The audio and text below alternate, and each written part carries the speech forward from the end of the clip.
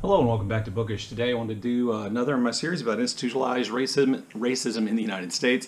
And today I want to look at something that's a little bit more personal for me because it has to do with teaching, and that is how we teach emancipation, and as a part of that then, how we teach the lead up to the Civil War. This video was inspired by a column written by New York Times columnist Jamelle Bouie for Juneteenth. It was called Why Juneteenth Matters, and it was published on June 19th, which is Juneteenth. And the premise of that column, that editorial, was to kind of point out that it wasn't the Republican Party or even Abraham Lincoln that freed the slaves. It was enslaved people and African Americans themselves who freed the slaves. Now, on the surface to you, that may sound like a ridiculous proposition, but I have a tendency to believe he's absolutely right. And I think the reason why I at first was skeptical, and maybe why you were skeptical, has to do with the way in which this subject was taught and even the way in which I taught it.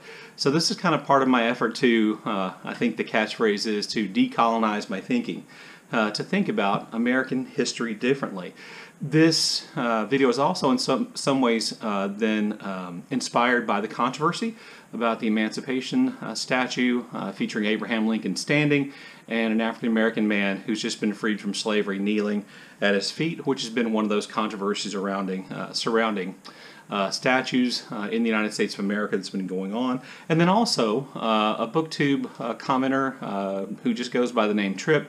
He and I had a really, I think, productive conversation about Abraham Lincoln and Abraham Lincoln's views on slavery and emancipation, things like that. So the basic premise then of Jamelle Bouie's column, which I'll leave a link to down below, which I hope will work, is that we teach and think about the emancipation of enslaved African Americans in the United States incorrectly, that we have a tendency to focus our attention on the things that white politicians did that bring that about. So, you know, a couple of things. We do have to acknowledge that, yes, white politicians and white people in the United States in the lead up to the Civil War, from colonization to 1865, they had their hands firmly on the levers of power. And so they're going to have to take the action, which actually brings about emancipation. But what Bouie argues, and what I will argue here, is that they didn't take that action necessarily always willingly. They didn't always take those actions consciously. They didn't always take those actions out of an abundance of, you know, altruism or even necessarily a hatred of slavery, that other things explain that, and that it's the African American population in the United States, free and enslaved, who drove them to make those decisions. So part of this, a lot of the things I'm about to talk about are things that I taught in my American history class. But to be honest with you, my failing was not connecting them together and showing how these actions by African Americans, enslaved and freed, actually forced the Civil War to take place, which led to the end of slavery and emancipation, and therefore the role. I didn't put enough emphasis on the role that African Americans played, the important, major role that African Americans played in bringing about emancipation. So essentially, in talking about this today, what I want to do is I want to highlight the things that African American people did, which moved us closer and closer to emancipation, which moved us, you know, closer and closer to the Civil War. So there are a couple of things just to make sure that we're clear on. So the first thing is that almost everybody in the United States, all the way up through and well after 1865, almost every white person in the United States had racist ideas about African Americans. There are very few white Americans. There were some, and some who were in positions of power eventually, who believed and actually believed in racial equality. But that would have been an uncommon belief. And it's a belief that I'm pretty sure Abraham Lincoln didn't necessarily hold himself. So that's one of the things we kind of have to deal with. So some of these actions that African Americans freed and enslaved took, which lead to emancipation, Jamelle Bouie covers in his column. I hope to do those in a little bit more depth. And some are things that, you know, I just kind of thought about differently and tried to kind of, hopefully in this video, express in a fairly clear way. So the first thing that African Americans themselves did, freed and enslaved, and oftentimes right after being enslaved, that helps to move the needle on slavery, on the abolitionist movement, towards emancipation, was the writing of slave narratives. Now, in the United States of America today, and I've seen many people on BookTube talk about reading slave narratives, Frederick Douglass, Sojourner Truth, Harriet Jacobs, and the harrowing story of her time as a slave and escaping slavery. Solomon Northrop, the guy who wrote 12 Years a Slave, which was made into a movie. But all this, and all those people are incredibly important, and I probably left out some, but all those people are incredibly important. But to me, and really in a lot of ways, this starts with a little-known author of slave narrative named Venture Smith. Venture Smith was an enslaved African-American at the time. During the colonial period, he earned his own freedom by working in his spare time and buying his freedom. He was able to buy the freedom of his wife and several of his children. He became a very successful businessman. And one of the things that Venture Smith does, and one of the things that all of these slave narratives do, and those African-American people who had escaped from slavery, who wrote those narratives and who went on speaking tours, one of the things that those slave narratives do is they help change northern white people's minds about African Americans. So the abolitionist movement evolves over time. In the years after the Constitution was written, it evolves over time, and for a long period of time, the biggest abolitionist organization in the United States was the American Colonization Society. The American Colonization Society was a racist organization who believed the solution to the problems posed by African Americans, both free and enslaved, in the United States was to voluntarily send them back to Africa, to repatriate them to the African continent. By the way, several hundred African Americans took them up on this option, on this offer, and took ship, landed on the west coast of Africa, founded the country of Liberia.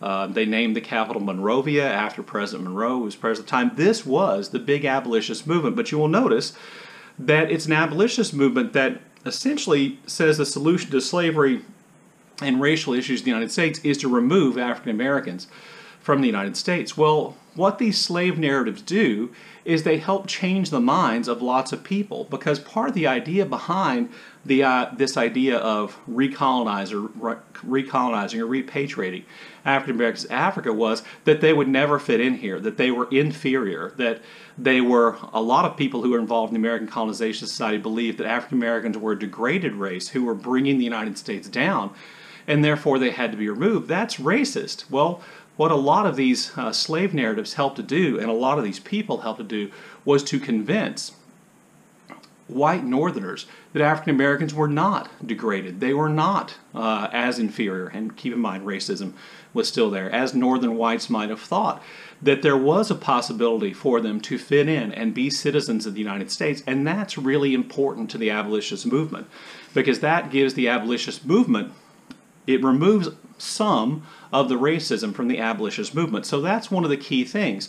So now abolitionists are no longer, by the 1830s or so, abolitionists are no longer focusing on repatriating African Americans to Africa, which, by the way, is just a silly idea in my opinion, and an obviously racist idea. But now they're just focused on the idea of ending slavery. And abolitionists in the North are more likely to support ending slavery because they see it as inhumane. And this is the power that those slave narratives had at the time in which they were written. So, that is an incredibly important part of what African Americans do. That's one thing. They help move the abolitionist movement away from the American Colonization Society ideas and to this idea of accepting political equality for African Americans in the United States and ending slavery. The second part, or the second thing that African Americans did, which is really important and which most people know about, is the Underground Railroad. Most people at some point in the United States learn about the Underground Railroad, the secret network of guides and safe houses and signals that allowed African Americans, or helped African Americans, to escape slavery in the South by moving to the North. And most people, I think, have probably heard of Harriet Tubman, who, as soon as Donald Trump is no longer president, we will probably see replace Andrew Jackson on the $20 bill, and good riddance to Andrew Jackson. Most people know that Harriet Tubman was an incredibly brave guide in the Underground Railroad, that she went back and forth into the South, I think something like 14 or 15 times, maybe 17 times, to guide out groups of enslaved people who had escaped and to help them to reach the North. But a lot of people don't realize that the father, the originator of the Underground Railroad, was a man named William Still, who lived in Pittsburgh. And William Still is the guy who came up with the idea. He helped to organize it. He came up with the system. He kept track. He tried to keep track of how many enslaved people escaped during using the Underground Railroad. And at various, over its incredibly long history, the Underground Railroad probably helped, somewhere nearly 100,000 enslaved people escape from slavery in the American South. And that is significant. What we have to remember about slavery from the Southern point of view is that slaves were property and that they were incredibly valuable property. And so having one of your enslaved people escape as a Southern slave owner was a significant loss in wealth. You had invested money in this piece of property, which is what a Southern slave owner would consider a slave, and now they're gone and you've lost that money. So as the number of enslaved people escaping from slavery using the Underground Railroad grows, the problem of escaped slaves becomes a bigger and bigger political issue. By the way, I also forgot to mention, oftentimes when we think about the Underground Railroad, I think most white Americans assume that the operators of the safe houses and the guides and the people who set up the safe places and the people who did the signaling were white. The truth of the matter is that around 65% of the people who were involved in the Underground Railroad at any level were actually African Americans who were either still living in the South in slavery or who were free African Americans in the North, or African Americans who escaped from slavery themselves, as did Harriet Tubman. So, this was largely an organization created by African Americans and run by African Americans and incredibly successful in helping enslaved people escape. And as a result, it created tension between the North and the South over escaped slaves, because the South thought the North should help them catch and return all these escaped slaves. But since this kind of increasing, awareness of the abolitionist movement brought about by slave narratives, increasingly white communities were unwilling to help Southerners regain their slaves. That creates tension between North and South. And anything that creates tension between North and South between about 1820 and 1860 is a factor in leading to the Civil War. And of course, it's the Civil War in the end which brings about the end of slavery in the United States. So what this results in terms of a practical change is a new Fugitive Slave Law. This new Fugitive Slave Law was passed as a part of the Compromise of 1850, which allowed California to come into the Union as a free state. One of the things that that compromise gave to Southern state politicians in compensation was a new Fugitive Slave Law. And this new Fugitive Slave Law was a law that the North would have no choice but to enforce. That Fugitive Slave Law is one of the most outrageous miscarriages of justice ever put into law in the United States of America. And to run this down as quickly as I possibly can, instead of people who are accused of being runaway slaves, instead of them being tried in court, there were special commissioners who were set up to judge these cases. So these commissioners held these special commissioners' courts. And the rules for what went on in those commissioners' courts are the exact opposite of the right to a fair trial. For instance, the only evidence the judge or the commissioner has to listen to is evidence brought by the person claiming that someone is their runaway slave. They don't have to listen to evidence from the person who is being accused of being a runaway slave. They don't have to listen, they don't have to look at their papers or their documentation or anything else. They could just take the word for the white person who showed up and said, "This is my runaway slave." That meant that the person accused of being a runaway slave didn't get to testify, they didn't get to speak. In no way did they get to admit any evidence at all. In addition to that, to make matters worse, the commissioner got paid more money if he ruled somebody was a runaway slave than if he ruled somebody was free. So if you were the commissioner and you wanted to make the most money as you possibly could, you just said every person brought before your court was a runaway slave and you got paid more money.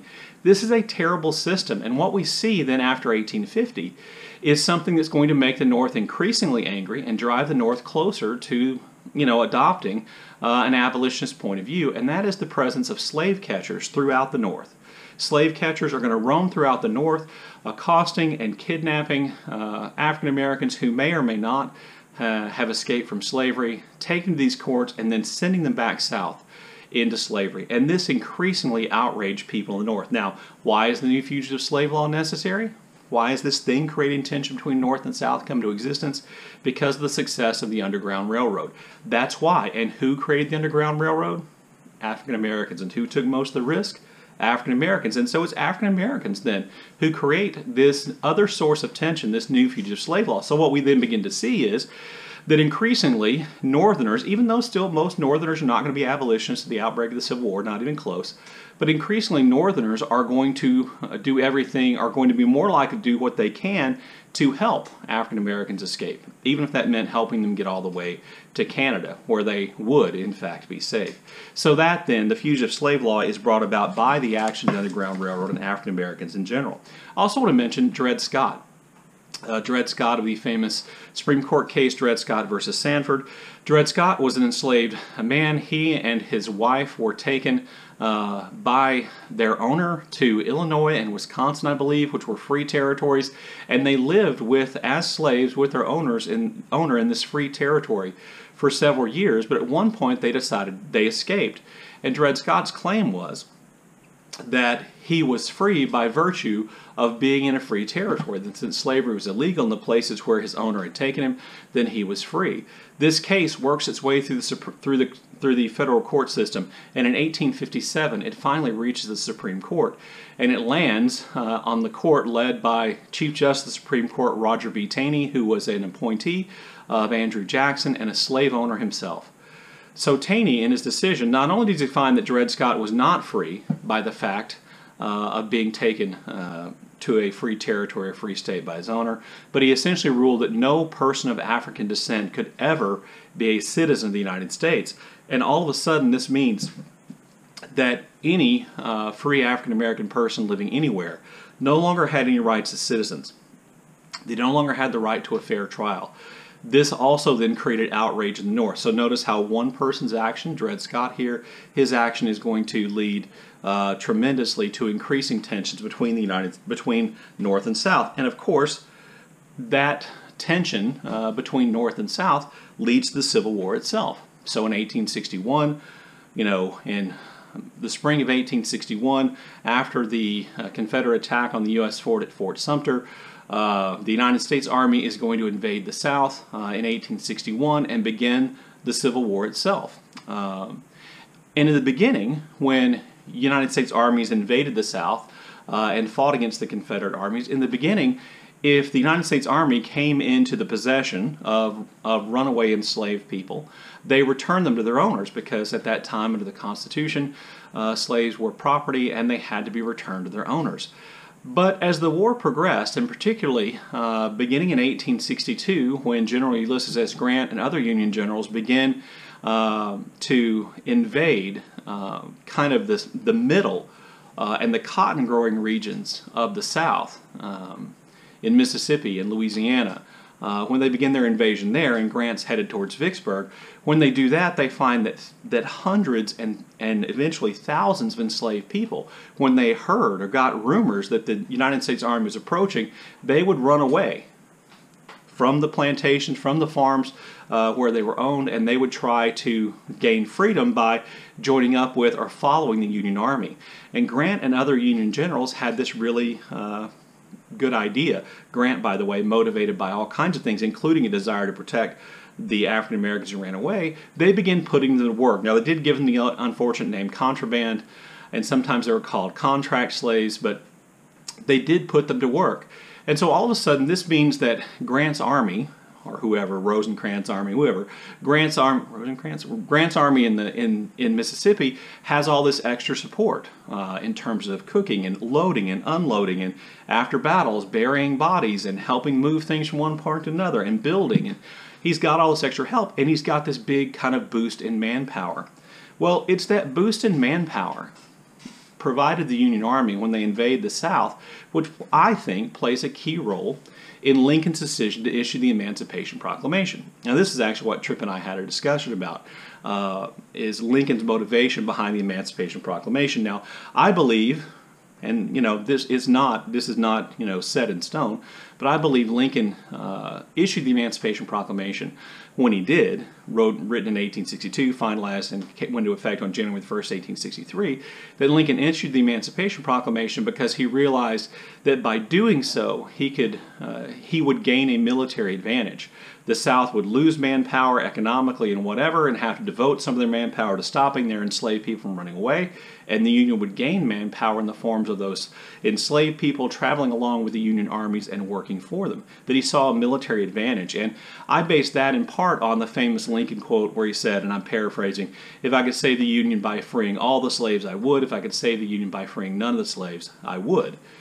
So to me, when he issues the Emancipation Proclamation, he must have decided that that was important to the United States, the North, winning the Civil War, that it had this military purpose. And I'll also point out that when Lincoln issues the Emancipation Proclamation, he only declared the enslaved people in the 11 Confederate states free. He did not free the enslaved people in the 4 slave-owning states which did not secede and remained a part of the United States.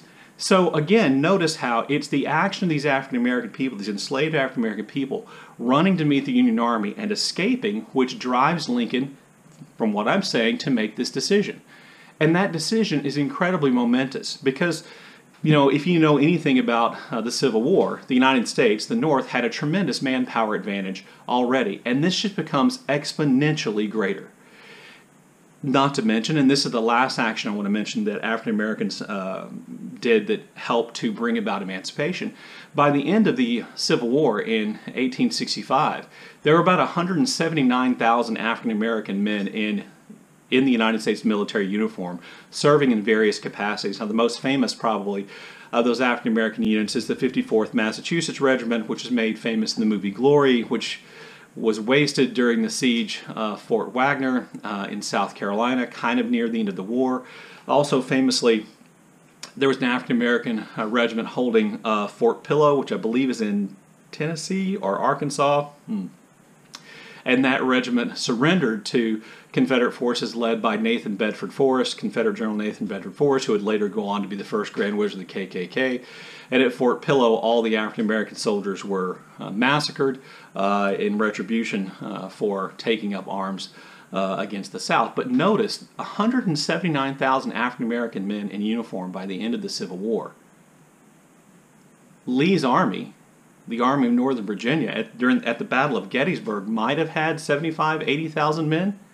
And we're talking about increasing numbers of United States soldiers who are African Americans serving in the military, giving the United States an even greater manpower advantage. Now you may say, yeah, but most of those African American soldiers didn't see combat. This is true, but they freed up white military units in the United States Army to participate in combat. They did that by, as we talked about tragically with Fort Pillow, by occupying forts, or by doing the work of loading and unloading trains, or by taking care of horses, or by being construction crews, and from time to time fighting. But this gives the United States a tremendous manpower advantage, and there are some historians who would argue that that alone probably guaranteed that the United States would win. And it's when the United States wins the Civil War that emancipation becomes a reality, that the 13th Amendment is added to the Constitution, and all the states are forced to bring slavery to an end, and from then we can go on and pass the 14th and 15th Amendments guaranteeing African American people their rights, even though that will be denied because of Jim Crow, and the right to vote, even though that will be denied because of Jim Crow, into the 1960s. So this whole issue kind of came up for me because of this column written by Bouie, and because of this thing about the statute, because it occurred to me that when I taught it and when I've taught, I have a tendency to put emphasis on what white politicians did, both good and bad, which brought about emancipation. I spent a lot of time talking about Jackson and where the states' rights argument came from. And I spent time talking about abolitionists like William Lloyd Garrison. I talked about Frederick Douglass and Harriet Tubman and other African American leaders as well, but it was almost as though there was a balance between the two. And then I talked about, politicians who were committed to the idea of abolition. And we talked tremendously about Lincoln and whether or not Lincoln was a racist and was Lincoln really an abolitionist, as though that is what brought about emancipation, when Hey, this is editing me. You can see I have on a different shirt, which you may or may not be able to see the stains on the front. But it occurred to me, I forgot to mention something really important. And that is why we teach history, the history of emancipation, with the emphasis on the actions of white men. And on some level, I believe this is an attempt to essentially make white people feel better about our history of slavery by giving the credit to ending slavery to white people, historical figures from the past. In reality, accepting Jamelle Bouie's argument, it was African Americans who brought about emancipation by forcing people like Lincoln to take action which leads to emancipation, to take action which leads to the United States winning the Civil War, that forced abolitionists to abandon colonization because they proved through their slave narratives they were human and that they were intelligent and capable people who deserved to be included in the United States, that they moved the abolitionist movement along, that the Underground Railroad created tension between North and South because of the tremendous numbers of enslaved people who were escaping and the South growing anger about the North's unwillingness to do something, which resulted in the Fugitive Slave Law, which drove an even wider division between North and South, and Dred Scott, which eventually led to the Civil War and the end of slavery. So there you go. That's my argument about how maybe changing the way and thinking differently about the way we teach emancipation. And if at any point during the course of my discussion you thought to yourself, well, you know, you're going too far, it was Lincoln, it was this, I had those same thoughts too. I'm just asking you to think about, was Lincoln the person who really was committed to freeing the slaves, or was his hand forced by the actions of African Americans? Anyway, look forward to your comments in the comment section below, and as always, thank you for watching.